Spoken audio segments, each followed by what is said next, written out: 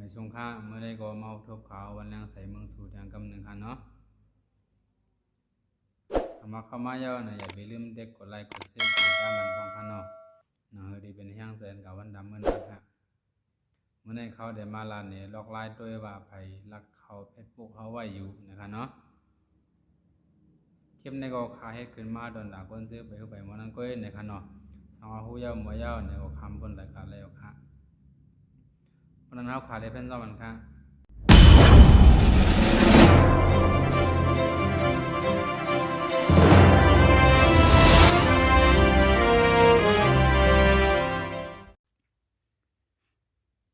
สำหรับเขามาในนาพวกเขาขายาวในก็เขากว่าดีในเพชรพวกในกำเนิดคันเนาะ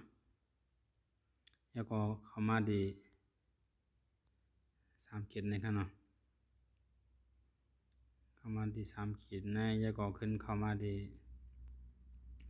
การตั้งค่าในความเป็นสุนโดนะครับเนาะแล้วก็ขึ้นเขามาดีการตั้งค่าค่ะเลื่อนขึ้นดังเหนือนะครับเนาะให้มาดีหัวคอเนาะ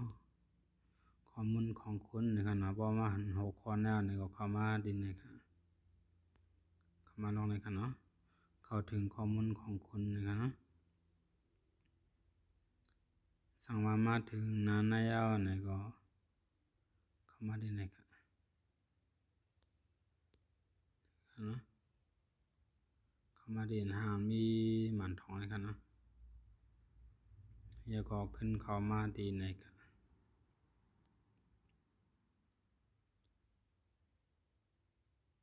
ดีมาออกนานในครับเนาะ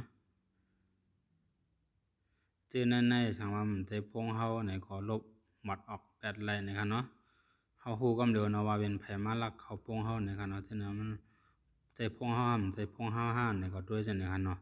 สำหรับใจพงเฮาในก็เด็กดีนะครับเด็กดีนะครับนะเด็กดี3 ขีดนั่งค้างในคณะแล้วก็ลบออกนะครับเนาะหมดออกนะครับนะสามารถให้สมมติลบออกสามารถหมดออกบ่ได้เนี่ยก็เข้ามาลายรหัสใหม่แบตก็ไล่ครับเนาะลายรหัสลายรหัสเพชรบุ๊กเข้าใหม่ในก็ไล่จนก็ไล่นะครับเนาะลอกลายรหัสเพชรบุ๊กนั่นในลอกลายหมายรับเพชรบุ๊กนั่นในเขาเฮ็ดคลิปไว้อยู่ครับเนาะเขามาเลยเป็นด้วยใน YouTube เขาก็ไล่อยู่นะครับเนาะสามารถปองใจดีเลยในก็ถามมาแล้วครับเนาะ